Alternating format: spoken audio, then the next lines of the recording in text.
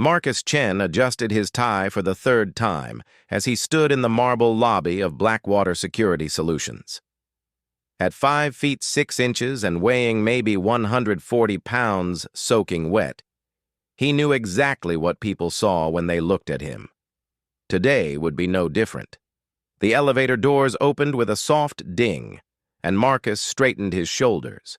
He had learned long ago that confidence came from within, not from how others perceived him.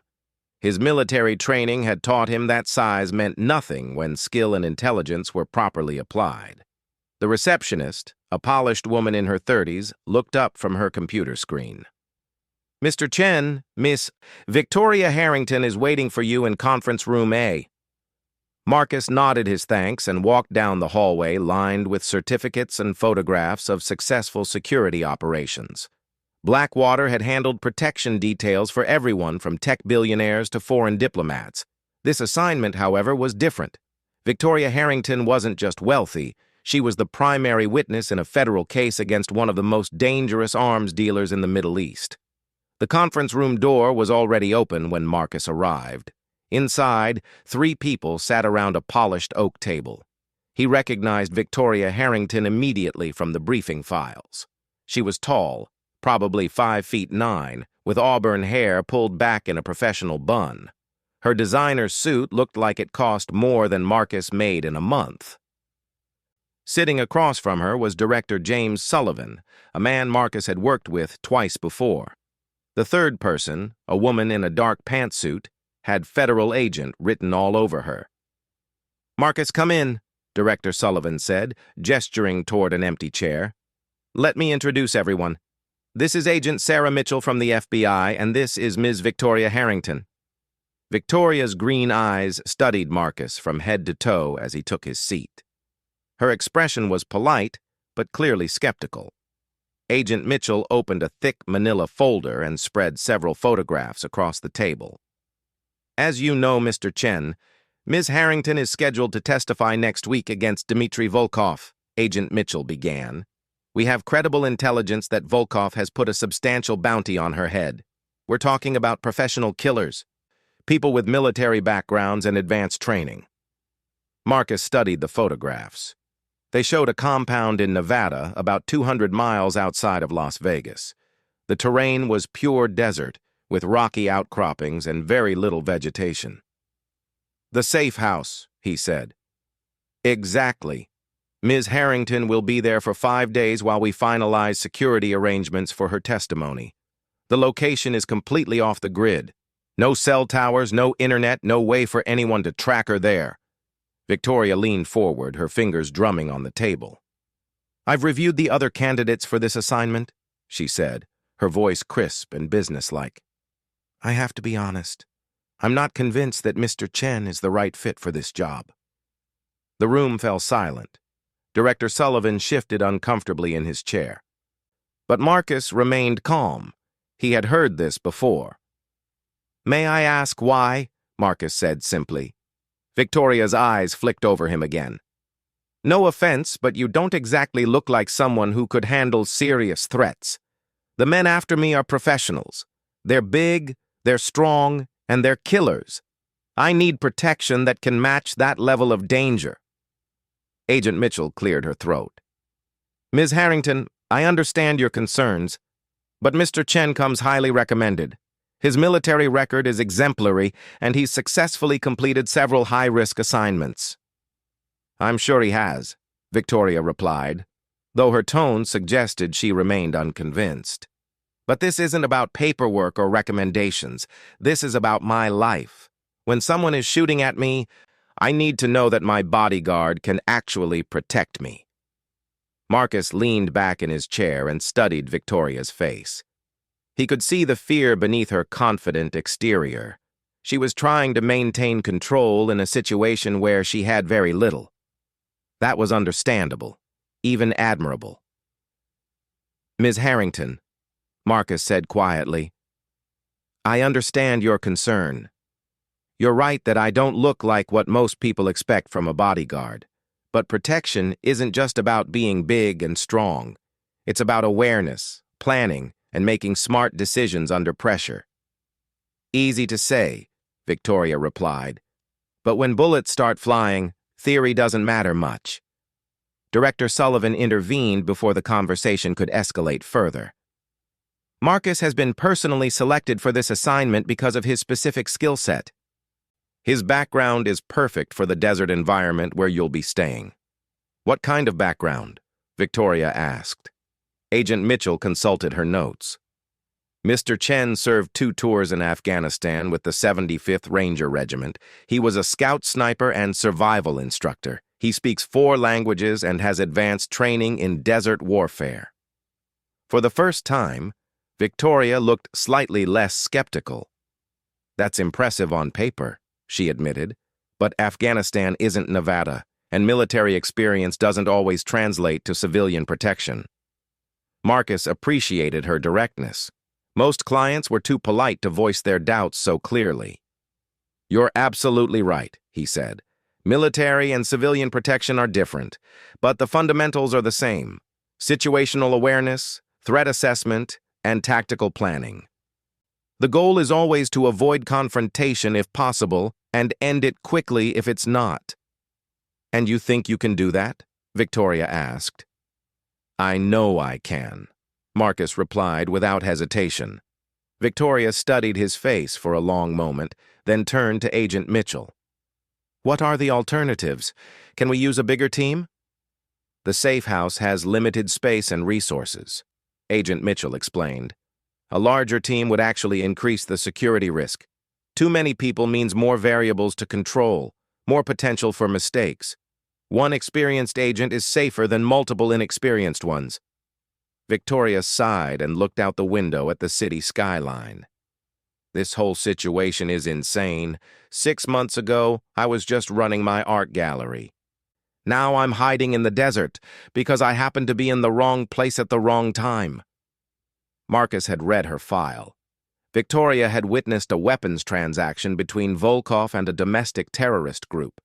She had been visiting a client's warehouse for a potential art installation when the meeting took place in the next building. Pure bad luck had put her in a position to see faces and hear conversations that made her a key witness in a major federal case. Ms. Harrington, Marcus said gently, I know this is difficult. Nobody should have to go through what you're going through. But I give you my word that I will do everything in my power to keep you safe. Victoria turned back to face him. You really believe you can protect me? Against trained killers who might be twice your size? Size can be an advantage, Marcus acknowledged, but it can also be a disadvantage. Bigger men move slower, get tired faster, and often rely too much on their physical presence. They're not used to fighting someone who thinks differently. And you think differently? I think strategically. I use the environment to my advantage. I stay aware of everything around me at all times. And I never ever underestimate my opponents. Agent Mitchell closed her folder. The decision is yours, Ms. Harrington. But I have to stress that time is critical. We need to move you to the safe house within the next 6 hours. Victoria was quiet for almost a minute, weighing her options. Finally, she looked directly at Marcus. All right, Mr. Chen, you've got the job. But I want you to understand something. I'm trusting you with my life. If something happens to me because you weren't up to the task, that's on you. I understand completely, Marcus replied, and I won't let you down. The next 2 hours were spent reviewing security protocols and packing procedures. Victoria would be allowed 1 suitcase of personal items. Everything else she needed would be provided at the safe house.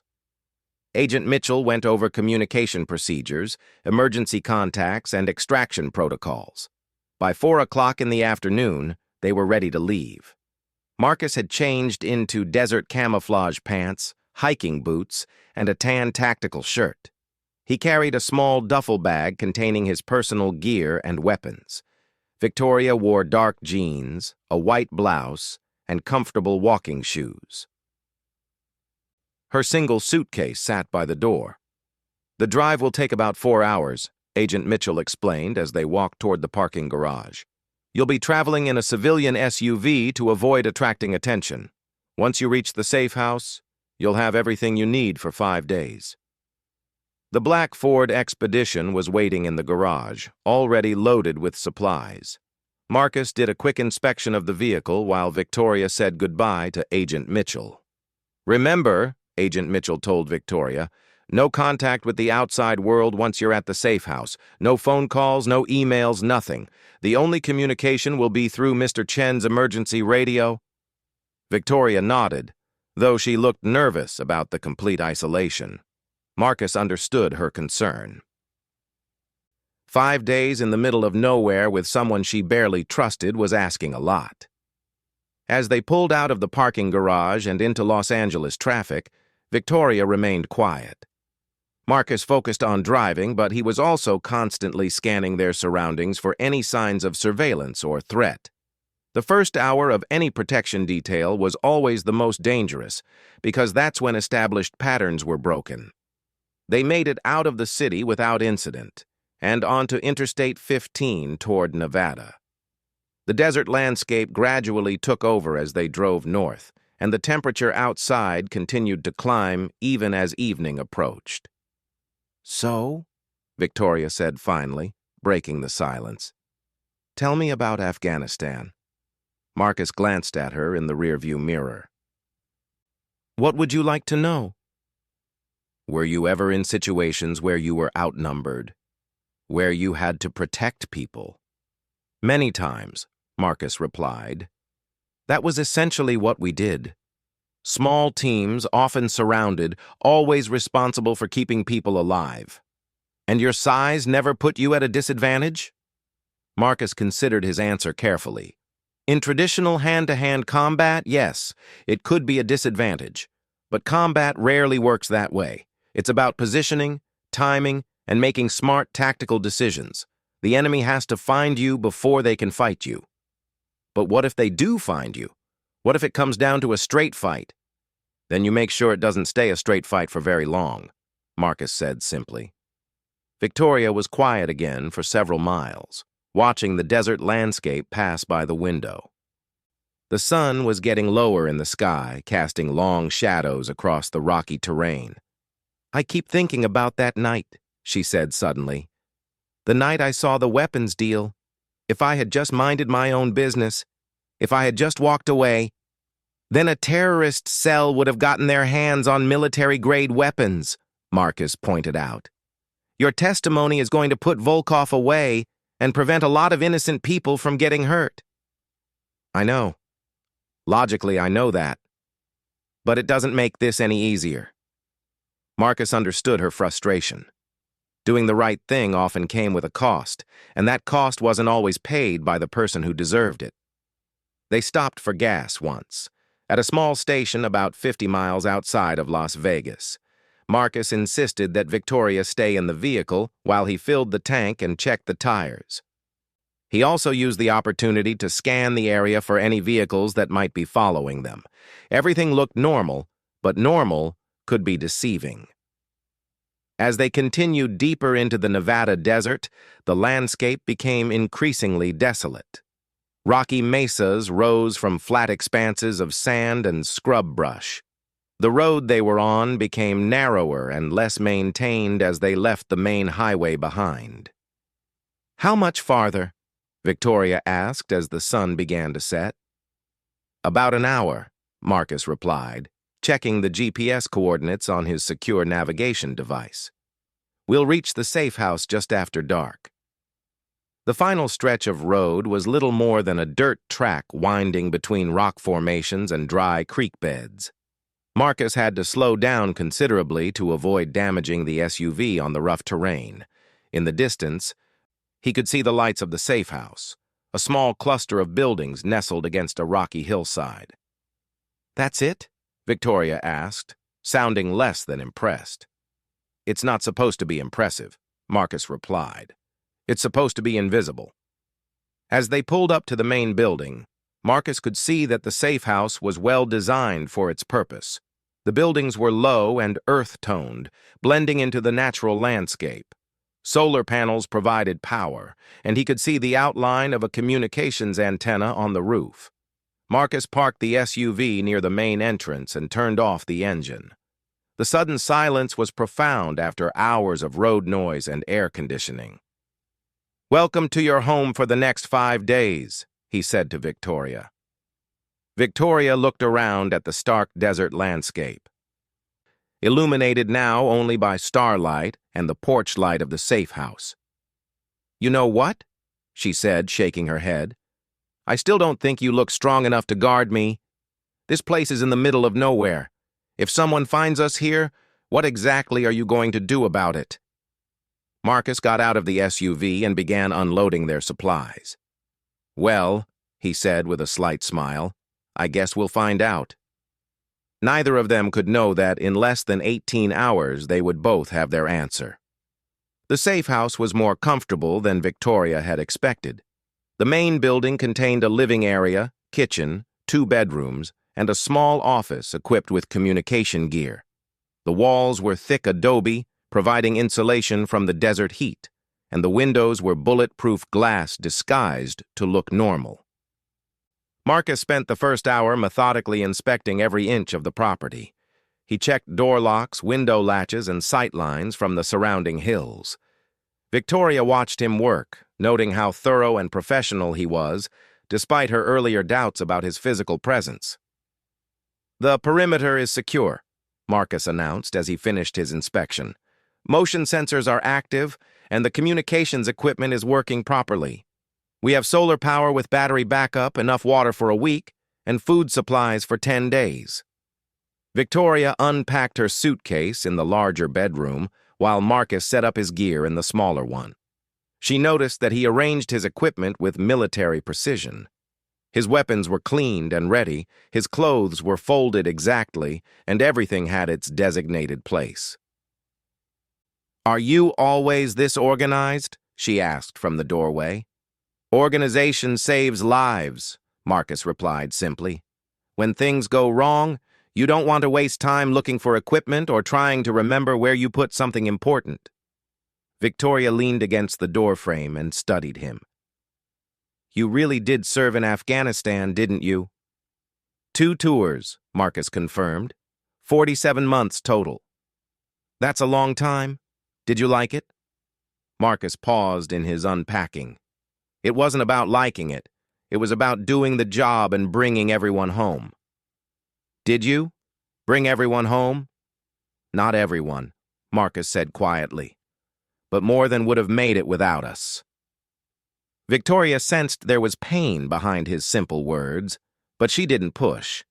Everyone had parts of their past they preferred not to discuss. The first night passed without incident. Marcus established a watch schedule, taking shifts every 2 hours to patrol the perimeter while Victoria slept. He moved silently through the darkness, using night vision equipment to scan the desert for any signs of movement. At dawn, Victoria found Marcus in the kitchen making coffee and reviewing topographical maps of the surrounding area. "Sleep well?" she asked, though she could see from his alert demeanor that he had probably slept very little. "Well enough," Marcus replied, offering her a mug of coffee. "The area stayed quiet all night. No motion sensor alerts, no unusual sounds, no aircraft." Victoria sat down across from him at the small kitchen table. "You're really taking this seriously. Someone put a price on your head large enough to attract professional killers," Marcus pointed out. "That's about as serious as it gets. But they don't even know we're here, right? I mean, this place is supposed to be secret." Marcus nodded, but didn't look entirely convinced. "Security is about planning for possibilities, not just probabilities. Just because something is unlikely doesn't mean we ignore it." Victoria sipped her coffee and looked out the window at the desert landscape. In daylight, she could see how isolated they really were. The nearest road was miles away, and the rocky terrain would make approach difficult for vehicles. "What would you do if someone did find us?" she asked. "Depends on what kind of weapons they have, and whether we have advance warning or they achieve surprise. Give me a worst-case scenario." Marcus studied the maps spread in front of him. "Worst case, would be a team of 4 to 6 professionals with military training approaching at night, armed with automatic weapons and night vision equipment.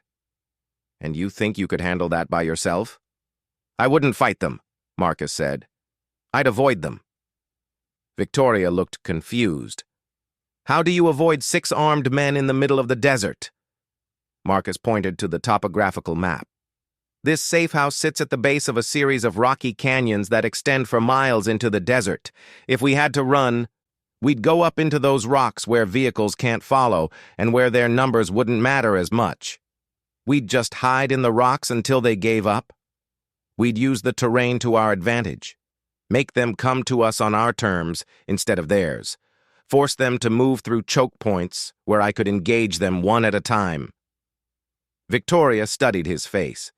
Despite his calm tone, she could see the intensity in his eyes. He wasn't just theorizing. He was actually planning for this possibility. You've done this before, haven't you? Fighting from hiding using rocks and mountains? Afghanistan is very similar terrain to this, Marcus acknowledged. Rocky, sparse vegetation, extreme temperatures. The principles are the same. The second day passed quietly. Marcus continued his regular patrols, while Victoria tried to read and stay calm. The isolation was harder than she had expected. No phone, no internet, no connection to the outside world except for Marcus's emergency radio. That evening, as they sat down for dinner, Victoria decided to learn more about the man protecting her life. "Tell me about your family," she said. Marcus paused with his fork halfway to his mouth. "Why?" "Because we're stuck together for 3 more days, and I'd like to know something about you besides your military record." "My parents immigrated from Taiwan when I was 5, Marcus said after a moment. "They run a restaurant in San Francisco. I have a younger sister who's a nurse." "Do they worry about what you do for work?" "They worry," Marcus admitted. "But they understand that everyone has to find their own path." "And this is your path? Protecting strangers in the desert?" Marcus considered the question. "I'm good at keeping people safe. It's something I can do that makes a difference." Victoria nodded, understanding more than she had expected. "I run an art gallery because I believe beautiful things make the world better. I guess we both found ways to contribute." "Art and protection," Marcus said with a slight smile. "Probably more similar than they seem." It was the first time Victoria had seen him smile, and she realized that despite her initial doubts, she was beginning to trust him. There was something solid and reliable about Marcus that had nothing to do with his physical size. On the 3rd morning, everything changed. Marcus was conducting his dawn patrol when he noticed something that made his blood run cold. About 2 miles away, barely visible even through his binoculars, he could see the glint of sunlight reflecting off metal. A vehicle was parked in a position that provided a clear view of the safe house. He immediately returned to the building and activated the emergency communication system. "Overwatch, this is Guardian," he said into the radio microphone. "I have possible surveillance on my location. Request immediate threat assessment and extraction protocols." The response came back filled with static and interference. "Guardian Overwatch, negative on extraction. All aircraft grounded due to weather. Maintain position and assess threat level." Marcus checked the weather reports on his equipment. A major storm system was moving through the region, bringing high winds and zero visibility conditions that would make helicopter operations impossible for at least 24 hours. "Copy, Overwatch. Will maintain position and provide updates." Marcus found Victoria in the kitchen, and his expression immediately told her something was wrong. "What is it?" she asked. "We may have company," Marcus said calmly. "I spotted what looks like a surveillance vehicle about 2 miles out. Could be nothing, but we need to be prepared." Victoria felt her heart rate spike. "Are you sure? Maybe it's just someone who broke down or got lost?" "Possible," Marcus acknowledged. "But the position is too good for observation. If someone just broke down, they wouldn't park where they could watch our building. What do we do? First, we confirm the threat. Then we respond appropriately. Marcus spent the next hour using various equipment to observe the distant vehicle. Through high-powered optics, he could see that it was a dark-colored pickup truck with tinted windows. More concerning, he spotted the outline of what appeared to be a communications antenna and the glint of binoculars or a spotting scope. "It's surveillance," he confirmed to Victoria. "Professional level. They know we're here." Victoria felt fear wash over her, but she tried to stay calm. "What does that mean? Are they going to attack us?" "Not necessarily. They might just be confirming our location for someone else. But we need to assume they're hostile and plan accordingly." Marcus began moving through the safe house, securing equipment and preparing for possible action. He pulled down maps and charts, checked his weapons, and began assembling an emergency pack. "What can I do to help?" Victoria asked. "Pack light. One change of clothes, any medications you need, water bottles, and sturdy shoes. We might need to move quickly." "Move where?"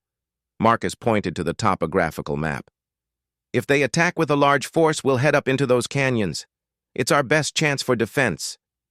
Victoria looked at the map, seeing nothing but rocky terrain and elevation lines. "How far would we have to go?" "As far as necessary," Marcus replied. "But Victoria, I need you to understand something. If we have to run, it's going to be difficult. Desert survival, rough terrain, limited supplies. Are you prepared for that?" Victoria thought about her comfortable life, her art gallery, her climate-controlled apartment. Nothing had prepared her for hiding in desert canyons from professional killers. "I don't really have a choice, do I?" she said finally. "There's always a choice," Marcus replied, "but some choices are better than others." Around noon, the situation escalated. Marcus observed 3 additional vehicles arriving at the surveillance position. Through his optics, he could count at least 8 men, all wearing military-style clothing and carrying rifles. "Overwatch, this is Guardian," Marcus radioed. "I have eyes on 8 armed hostiles. They appear to be establishing a perimeter around my position. Request immediate support." Guardian, Overwatch. Support is still unavailable due to weather conditions. Maintain defensive posture and prepare for possible extraction tomorrow morning. Marcus set down the radio and looked at Victoria, who had been listening to every word. "Tomorrow morning might be too late," she said quietly. "Maybe. But panicking won't help us." Marcus continued his preparations, but Victoria could see the tension in his movements. "They're taking their time, which is good. It means they're being careful, not just charging in." "Is that really good? Maybe if they just attacked quickly, you could handle them." 8 against 1 in open ground? Marcus shook his head. "That's not a fight anyone wins, but if they take their time, it gives us opportunities to influence the situation." Victoria watched as Marcus moved through the safe house, turning off unnecessary equipment and checking sight lines from the windows. His movements were efficient and purposeful, like he was following a mental checklist developed through years of training. "You've really thought about this, haven't you?" she asked.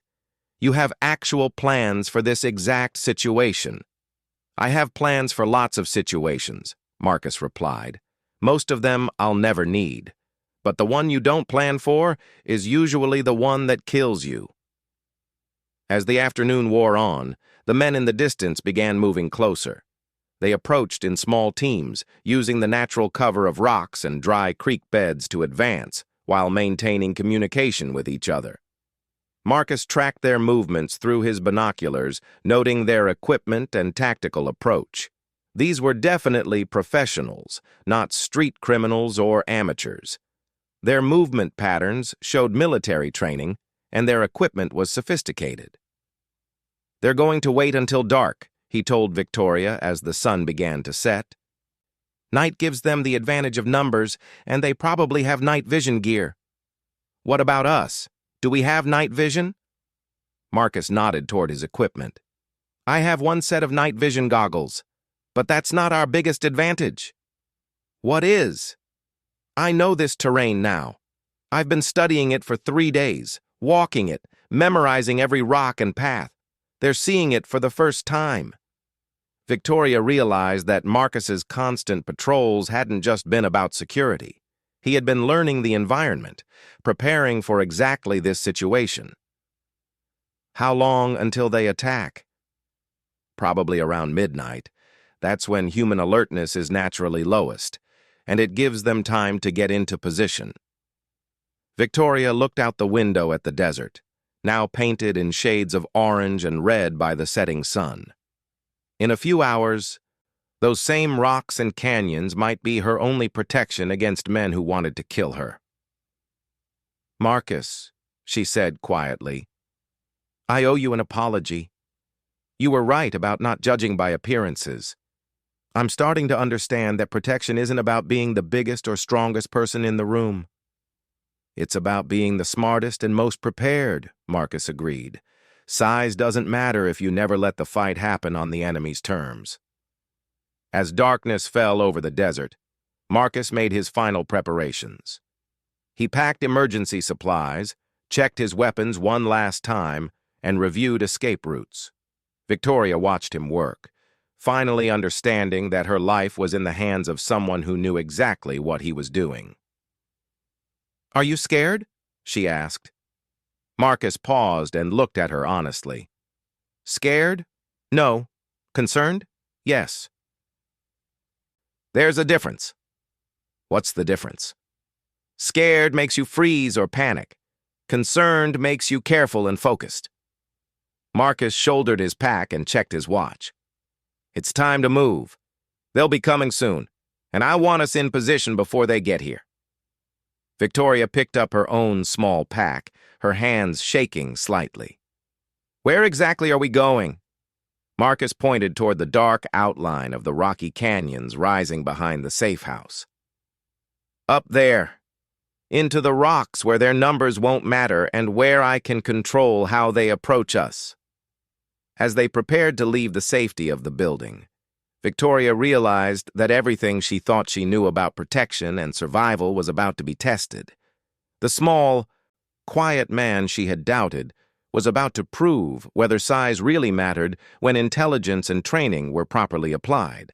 The desert was about to become their battlefield, and only one side would be walking out. Marcus led Victoria out the back door of the safe house into the cool desert night. The temperature had dropped dramatically after sunset, and the rocky terrain was illuminated only by starlight and a thin crescent moon. Stay close behind me, Marcus whispered. Step where I step and don't make any unnecessary noise. They moved silently across the open ground between the building and the base of the canyon walls. Marcus had chosen this route during his reconnaissance, knowing it offered concealment from the direction where the attackers were positioned. The climb up into the rocks was steeper than Victoria had expected. Marcus moved with sure footing, clearly familiar with the path from his previous patrols. Victoria struggled to keep up, her breathing already labored from the combination of altitude and fear. After 20 minutes of climbing, Marcus stopped at a narrow ledge about 200 feet above the safe house. The position offered an excellent view of the surrounding area, while providing solid rock cover on 3 sides. This is where we make our stand, Marcus said quietly, unpacking his equipment. Victoria looked around at the rocky outcropping. It felt exposed and vulnerable to her. Are you sure about this? We're trapped up here if they surround us. Look at the approaches, Marcus said, pointing in different directions. There are only 2 ways to reach this position. That narrow path we just climbed and that rock chimney about 50 yards to our left. I can cover both routes from here.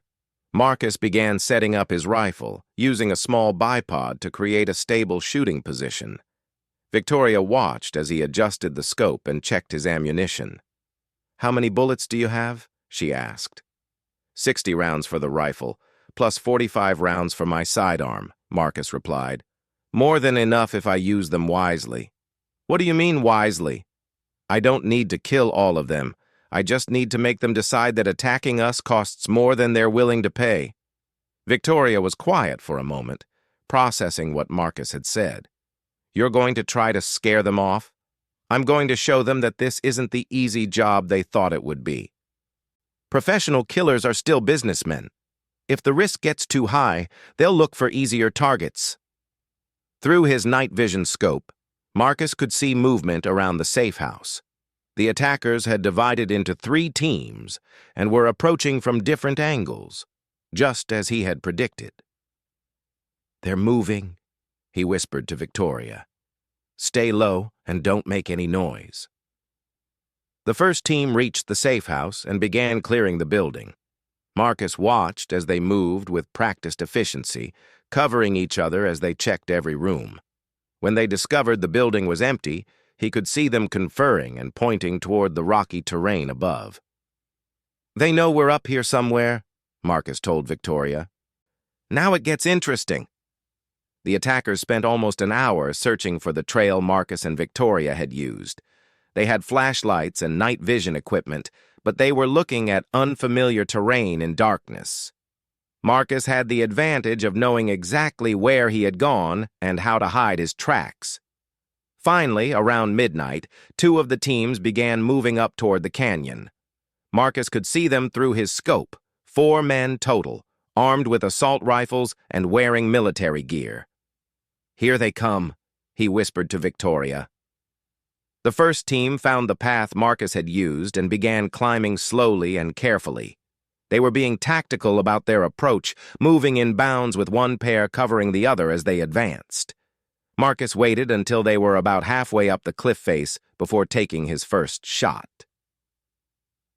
The sound of his rifle echoed off the canyon walls like thunder. The lead attacker went down immediately, hit in the shoulder, his rifle clattering away into the rocks below. His partner immediately took cover and began returning fire, but he was shooting at muzzle flash and had no clear target. Marcus had already moved to a different position, using the rocky terrain to his advantage. He fired twice more, forcing the remaining climbers to take cover in positions that left them exposed to his secondary firing position.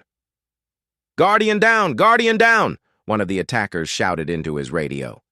"We're taking fire from elevated positions. Request immediate support." Marcus smiled grimly. They were rattled, and rattled enemies made mistakes. The second team tried to approach from the rock chimney to Marcus's left. This route was more difficult to climb, but offered better cover from his primary position. Marcus had anticipated this and pre-positioned himself to cover both approaches. As the first attacker emerged from the chimney, Marcus put a round through his leg, sending him tumbling back down the rocks. The sound of his fall and his screams echoed through the canyon. 2 down, Marcus called softly to Victoria. 6 to go. Victoria was crouched behind a boulder, trying to stay calm despite the gunfire and shouting. She had never been in a combat situation before, and the reality was overwhelming. "Are you okay?" she asked Marcus during a brief lull in the fighting. "Fine so far," Marcus replied, reloading his rifle. "They're learning that this isn't going to be easy." The attackers below regrouped and tried a different approach. Instead of climbing, they began laying down suppressive fire on Marcus's position, while one team attempted to circle around to a different canyon. Marcus had expected this too.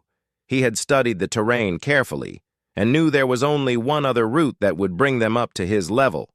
It would take them at least an hour to reach that position, and they would have to cross open ground to get there.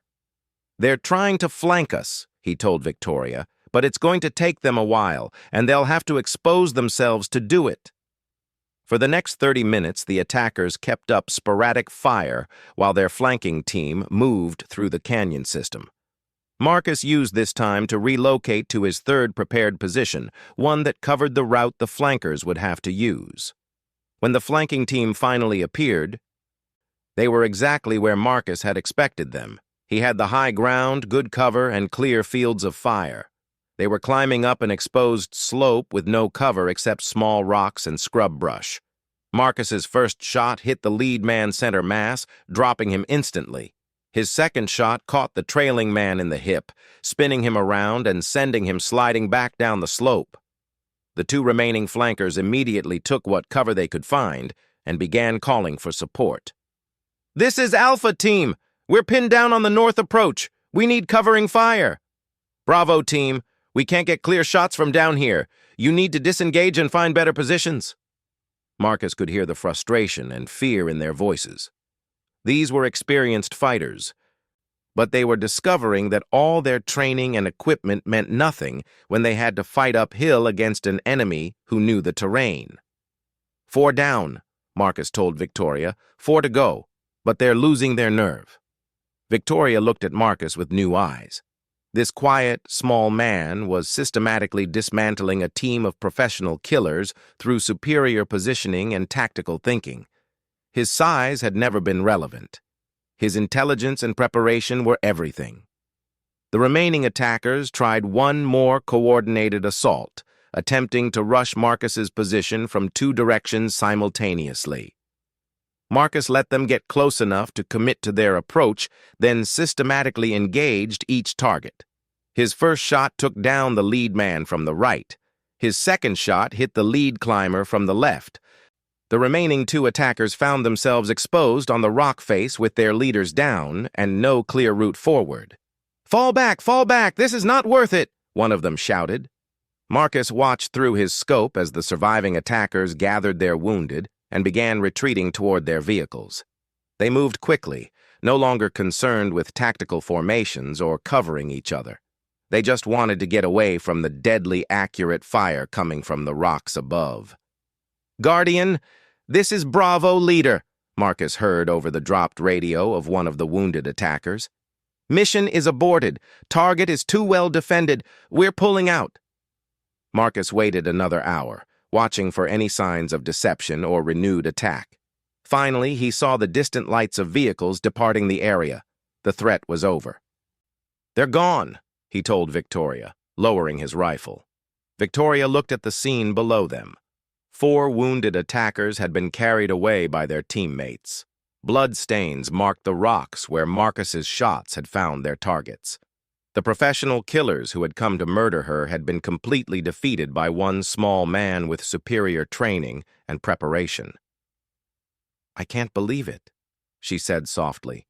"You really did it. You stopped all of them."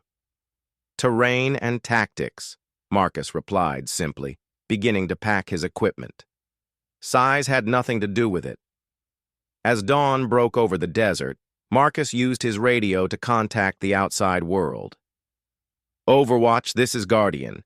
Threat has been neutralized. 8 hostiles attempted to assault our position. 4 wounded, all withdrew. Request extraction when weather permits." "Copy." "Guardian, outstanding work. Extraction helicopter is en route. ETA 30 minutes. As they waited for the helicopter, Victoria and Marcus sat on the rocky ledge, watching the sun rise over the desert landscape. The same terrain that had seemed so desolate and threatening now looked beautiful and protective. "Marcus," Victoria said finally, "I owe you more than an apology. I judged you based on what I expected a bodyguard to look like instead of what one should be capable of." "Most people do," Marcus replied without resentment. "It's human nature to make assumptions based on appearance. But you proved that appearances don't matter. You outfought 8 professional killers without taking a scratch. How is that even possible?" Marcus considered his answer carefully. "It's possible because I didn't fight them on their terms. I used the environment, preparation, and tactical thinking to even the odds. Size and strength are just 2 factors in combat. They're not the most important factors." "What are the most important factors?" "Intelligence, training, and the will to do whatever is necessary to protect the people you're responsible for." Victoria looked at Marcus with complete respect now. "You never doubted yourself, did you? Even when I questioned whether you could handle this job, you knew you could do it." "I knew I had the skills and training," Marcus replied, "but every situation is different. You can prepare and plan, but you never know for sure how things will work out until you're tested." The sound of an approaching helicopter echoed off the canyon walls. Their extraction had arrived, and within minutes they would be back to safety and civilization. "What happens now?" Victoria asked as they gathered their equipment. "Now you give your testimony, Volkov goes to prison, and you go back to your art gallery," Marcus said. "The threat is over." "And you? What do you do next?" Marcus shouldered his pack and checked his weapon one final time. "Someone else will need protection. There's always another mission." As the helicopter landed on a flat area below them, Victoria realized that she had learned something important about judging people. The man she had dismissed as too small and weak to protect her had just proven that strength came in many forms. "Marcus," she said as they prepared to descend to the helicopter, "when this is all over, when the trial is finished, I want to take you to dinner. Somewhere nice, as a thank you." Marcus smiled, the same quiet smile she had seen briefly in the safe house. "I'd like that." As they climbed down from their rocky fortress, Victoria took one last look at the canyon that had been their salvation. The desert had been harsh and unforgiving, but it had also been their ally. Under Marcus's guidance, it had become the perfect battlefield for a small, smart fighter against larger, less prepared enemies. The helicopter lifted off, carrying them away from the desert and back toward the world of courtrooms and testimony. But Victoria knew she would never forget the lesson she had learned among the rocks and canyons of Nevada. Strength wasn't about size or appearance. Real strength was about intelligence, preparation, and the courage to face whatever came your way with skill and determination. Marcus Chen had all of those qualities in abundance, and that had made all the difference when it mattered most. As they flew over the desert landscape, Victoria realized that her assumption about what a protector should look like had nearly cost her life. If the FBI had listened to her preferences and assigned someone else, someone who looked more impressive but lacked Marcus's desert warfare skills and tactical intelligence, the outcome could have been very different. The desert had indeed proven her wrong, just as the title had suggested it would, and she was grateful that it had.